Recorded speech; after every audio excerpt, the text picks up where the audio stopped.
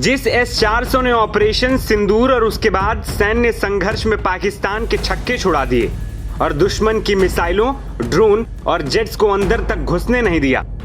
इस संघर्ष के बाद भारत अब नया डिफेंस सिस्टम तैयार करने में जुट गया है। S-400 से भी ज्यादा खतरनाक है और रूस के S-500 को टक्कर देने वाला है ये सिस्टम।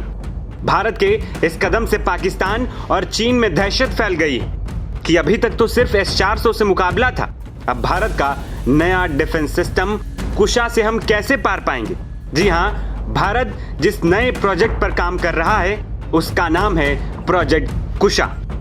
दरअसल भारत की रक्षा तैयारियों को और मजबूत करने के लिए DRDO ने प्रोजेक्ट कुशा के दूसरे चरण यानी फेज 2 की योजना बनाई।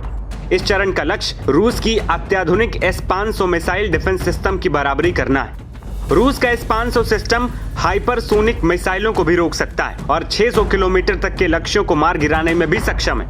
अब भारत इसी दिशा में आगे बढ़ते हुए 400 किलोमीटर से ज्यादा रेंज वाले इंटरसेप्टर मिसाइलों और नई जनरेशन के रडार सिस्टम पर काम कर रहा है।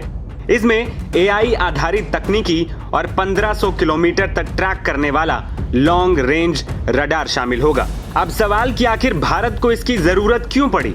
दरअसल चीन के पास 12,000 किलोमीटर रेंज तक की बैलिस्टिक मिसाइलें हैं और वो पाकिस्तान को भी मध्यम दूरी की मिसाइलें बेच रहा है।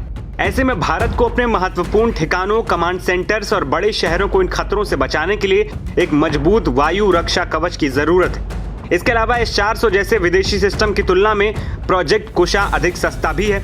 जहां S-400 की 5 यूनिट की लागत करीब 43,000 करोड़ है, वहीं कुशा की 5 स्क्वाड्रनों की कीमत सिर्फ 21,700 करोड़ रुपए है, यानी लगभग आधी।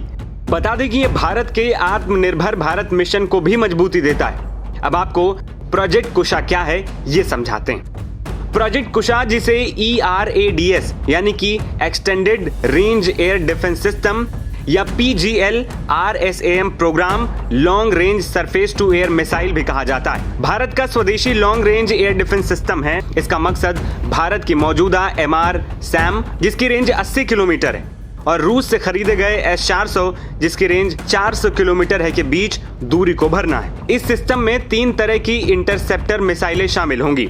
M1 जिसकी रेंज 150 किलोमीटर है, M2 जिसकी रेंज 250 है, वहीं M3 की 350 किलोमीटर तक रेंज रहेगी। बता दें कि M1 मिसाइल फिलहाल निर्माण के चरण में है और जल्द ही इसका परीक्षण भी शुरू होगा। DRDO ने इसके लिए 20 एयरफ्रेम, 20 रॉकेट मोटर और 50 किल व्हीकल का ऑर्डर भी दे दिया है। M2 और M3 अभी भी विकास चरण में है। अब आपको बताते हैं कि आखिर इसकी खासियत क्या है। दरअसल ये सिस्टम 500 से 600 किलोमीटर दूर तक दुश्मन की गतिविधियों पर नजर रख सकेगा। ये cruise missile, drone, stealth fighter jet और स्मार्ट बम जैसे खतरों से निपट सकेगा।